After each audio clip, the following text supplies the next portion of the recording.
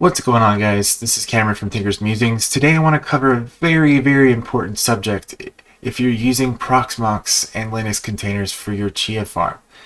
You must enable backups. Don't be like me.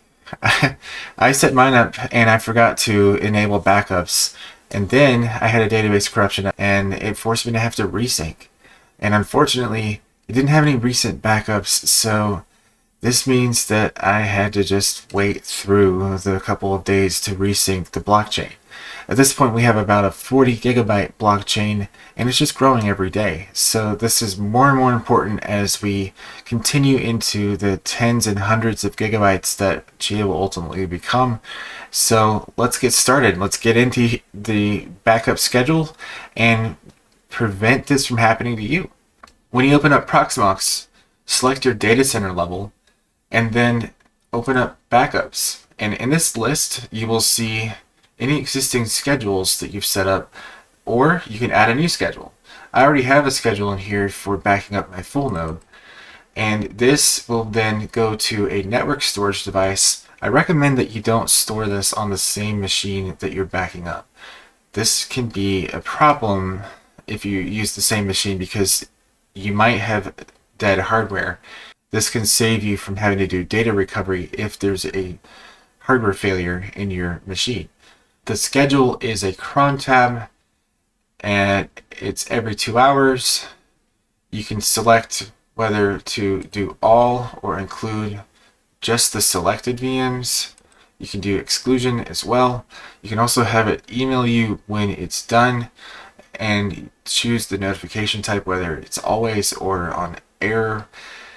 I always choose compression, the ZSTD, which is both fast and good.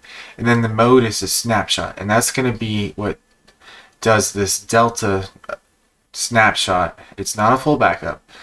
You cannot restore the snapshots without a base VM that is in good state. In terms of retention, I just keep the last 12. That gives me 24 hours of coverage. Over on the node itself, we select the container that we're backing up, and we have a list of the last 10 snapshots. If I had had snapshots running successfully yesterday, I could have been able to select, say, the 4 a.m. snapshot from 116 to avoid having to resync the entire blockchain. I recommend that you get this set up as soon as you can. Don't find yourself resyncing the blockchain. It's really important to have backups. The difference between a snapshot and a full backup is that a snapshot requires a base VM to do your snapshot restore. If you don't have the base VM, you're not able to restore the snapshot. That's just how these work. In order to restore a full VM, you need a full backup, and that's a bit more intrusive. Snapshots can run while the VM or container are running. The full backup requires shutting down your VM or container so that it can take the entire machine and back that up and compress it.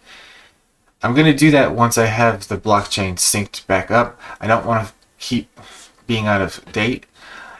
I'll set that up probably on a daily schedule so that if I needed to restore, I have at least the last day to go back to, and within that day I have these snapshots that I can go back to as well.